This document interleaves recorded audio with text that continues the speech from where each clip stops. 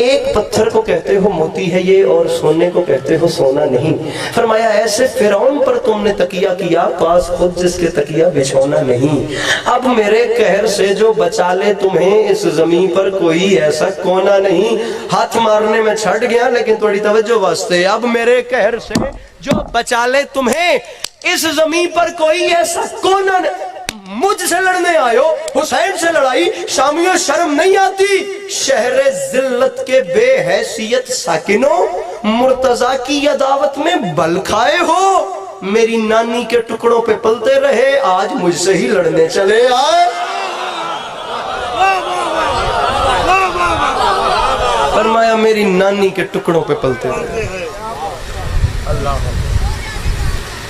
قافلہ رہ گیا ایک دشت بلا میں پیاسا۔ جون ایلیا کے دو مصرے، ایک جملہ مصائب کا اور یہ ایلیا۔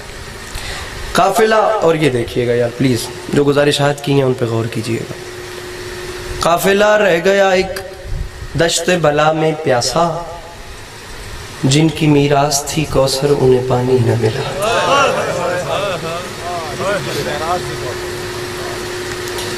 قافلہ رہ گیا ایک دشت بلا میں پیاسا، اور پیاسے بھی کتنے تھے، کتنے پیاسے تھے۔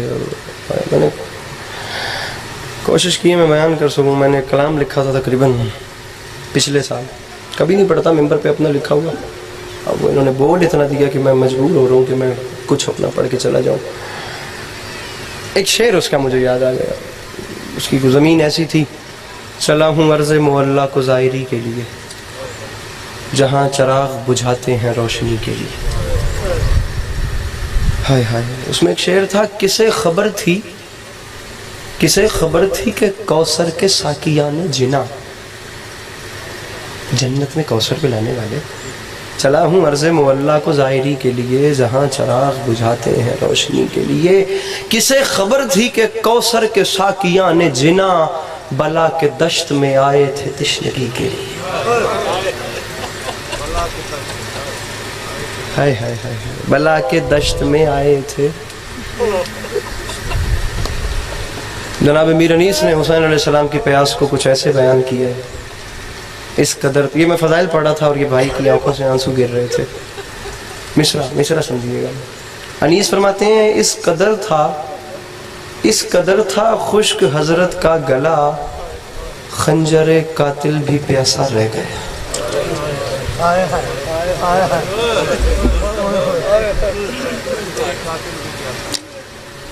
عصر تک سب فوج پہنچی خلد میں، صاحب لشکر اکیلا رہ گیا۔ قبیلہ بربر کا ایک فرد روایت کرتا ہے، میں عمل کرتا تھا، میں نے ایک بار عمل کیا، میری جناب ظفر جن سے ملاقات ہو گئی۔ گھڑی پہ ٹائم رکھی ہے فکس 40 سیکنڈ، زیادہ سے زیادہ، اور یہ ممبر چھوڑ کے جا رہا ہوں۔ کوئی رئی برابر بھی یار اپنے اندر کوئی ہیرس حوث نہیں ہے، بڑی داد لینی ہے، یہ مجمع کھڑا کرنا ہے، بہت پیچھے رہ گئی ہیں یہ باتیں۔ آپ جملوں کا بس یہ دیکھیے گا کہ لگا کتنا ہے۔ بالخصوص جو ایک ماما بہنا مالک پردے سلامت رکھنے، ایک ماں سمجھ سکتی ہے کہ میں کیا کہنا چاہتا ہوں۔ کہتے ظفر جن سے ملاقات ہوئی تو میں نے سوال کرنے شروع کیے، بتائیں وہاں کیا ہوا، وہاں کیا ہوا، وہاں کیا ہوا، وہاں کیا۔ جب سوال ختم، خطیب اکبر مرزا محمد عطر صاحب جیسی شخصیت نے ممبر کی دنیا سے اس واقعے کو بیان کیا ہے۔ فرماتے ہیں جب سوال ختم ہو گئے نا تو اس نے ظفر جن سے سوال کیا، اب آپ بتائیں کربلا میں وہ کون سا مقام تھا جو آپ کو بھی مشکل لگا؟ تو ظفر فرماتے ہیں، ہوں میں جن، لیکن ایک موقع ایسا تھا جہاں میری اپنی روح کانپ گئی۔ بتائیے کون سا موقع؟ ظفر فرماتے ہیں، میں کربلا داخل ہوا، مومن کول پتھر، ذاکر کول پتھر نہیں ہوندے، لفظ ہی ہوندے۔ جناب لیاقت سمندوانہ میرے پسندیدہ ترین ذاکر ہیں، ان کا ایک جملہ مجھے یاد آ گیا کہ مصائب دی منزل نہ مکاؤ خدا دلانے۔ ذاکر کوئی رولانے کے لیے یہ ضرور پڑے کہ علی کی بیٹی کی چادر شہر کے ہاتھ میں تھی۔ آپ ان کی امیری سن کے بھی روئیں کہ یہ کتنے امیر تھے اور ان کے ساتھ کیا ہو گئی، کتنا سخت پڑا جائے صرف آپ کو رولانے کے لالچ میں۔ آپ جملوں کا وزن کریں۔ ظفر فرماتے ہیں جو ہائے چاہیے مجھے اور میں جا رہا ہوں۔ ظفر فرماتے ہیں جس موقع پہ میری روح کانپی نا، میں کربلا میں داخل ہوا، میری روح کانپنے کے لیے وہ پہلا موقع ہی حسین کی تنہائی کا تھا۔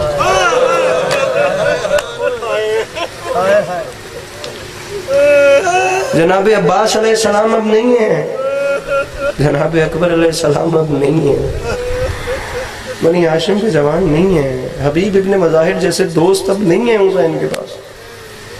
اکیلے حسین پشت فرس پہ جھول رہے ہیں، دائیں گرتے گرتے سنبھلتے ہیں، پھر بائیں گرتے گرتے سنبھلتے ہیں۔ بمشکل حسین نے خود کو نہ، ہائے ہائے، ادھر دیکھیے، ادھر مجھے دیکھیے، بمشکل حسین نے خود کو سنبھال رکھا ہے، بس گرتے گرتے سنبھل رہے ہیں۔ نظر آ رہا ہے کہ حسین اب زین ذوالجناح پہ زیادہ دیر نہیں ہے۔ ظافر فرماتے ہیں میں مر جاتا میں وہ منظر نہ دیکھتا، حسین اس حالت میں تھے یا ابن سعد نے صدا لگائی جلدی کرو حسین کے خیموں کو لوٹ لو۔ تاریخ کہتی ہے کمر کا بل سیدھا کیا، بہت لمبا مضمون ہے، بالکل اختصار کے ساتھ سلام کر رہا ہوں۔ حسین نے کمر کا بل سیدھا کیا اور فرمایا جب تک میں زندہ ہوں میرے خیموں کی جانب کوئی نگاہ بھی نہ دوڑائے۔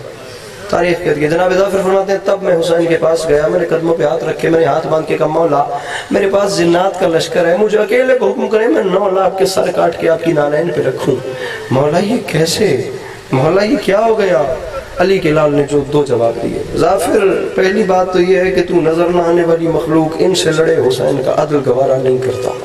دوسرا مسئلہ یہ ہے کہ جنات کا لشکر میں کیا کروں، میرے پاس ملائکہ کے لشکر بڑے ہیں، لیکن مسئلہ یہ ہے کہ دین بچانا ہے، مسئلہ یہ ہے کہ دنیا کو کچھ اور رخ دکھانا ہے کہ یزیدی کون ہے اور حسینی کون ہے۔ ابھی امتحان، ابھی تو شام، ابھی تو علی کی بیٹیوں کی قربانیاں باقی ہیں۔